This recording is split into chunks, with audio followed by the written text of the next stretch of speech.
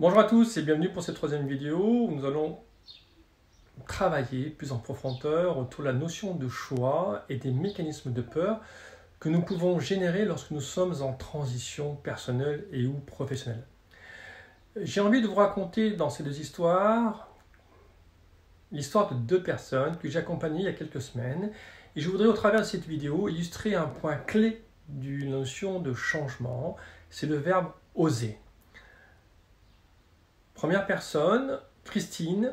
Christine qui est une jeune cadre d'une grande institution au sein d'une collectivité territoriale que j'ai accompagnée il y a déjà de nombreux mois et qui, après de nombreux essais dans ce qu'elle voulait faire, me demanda si je pouvais l'accompagner dans sa transition avec un support dédié qui puisse la rassurer pour elle et sa structure.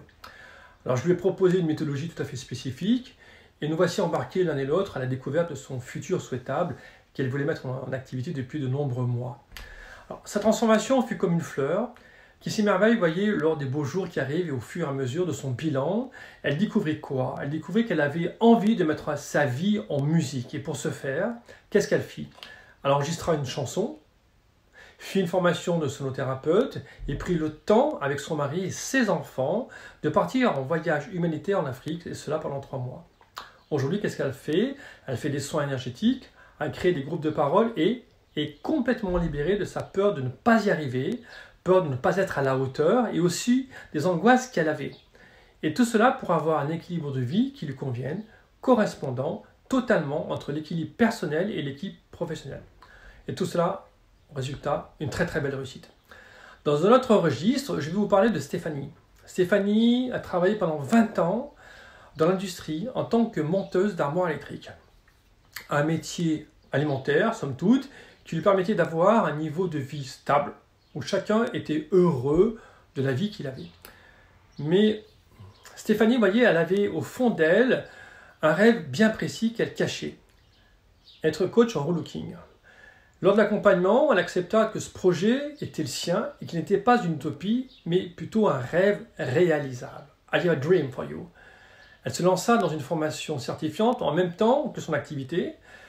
Elle fit des salons, des conférences, des ateliers, des articles de presse vinrent, et voici que Stéphanie trouve une seconde jeunesse et un tout nouveau public, un public de femmes, des femmes qui ont décidé de donner une autre image d'elles-mêmes par le soin qu'elles pouvaient se porter.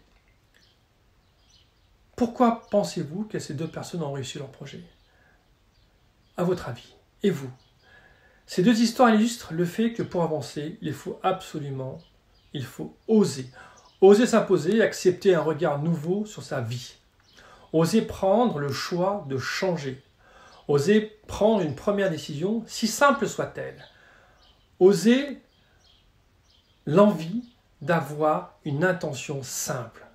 Oser être authentique et être en accord avec ses valeurs. Oser faire le premier pas.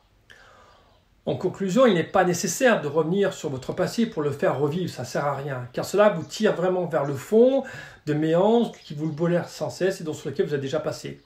Vous pouvez changer en acceptant l'instant présent, tout simplement, et vous êtes là pour décider d'être et attirer ce que vous émanez. Le plaisir, vous êtes l'émetteur de votre réussite, à condition que vous vouliez faire ce choix. L'intérêt, c'est de comprendre que le changement se décrète, se vit entièrement de par votre volonté et votre choix. C'est vrai que ça demande un effort, de la volonté, de la ténacité et de la constance dans ce que vous faites.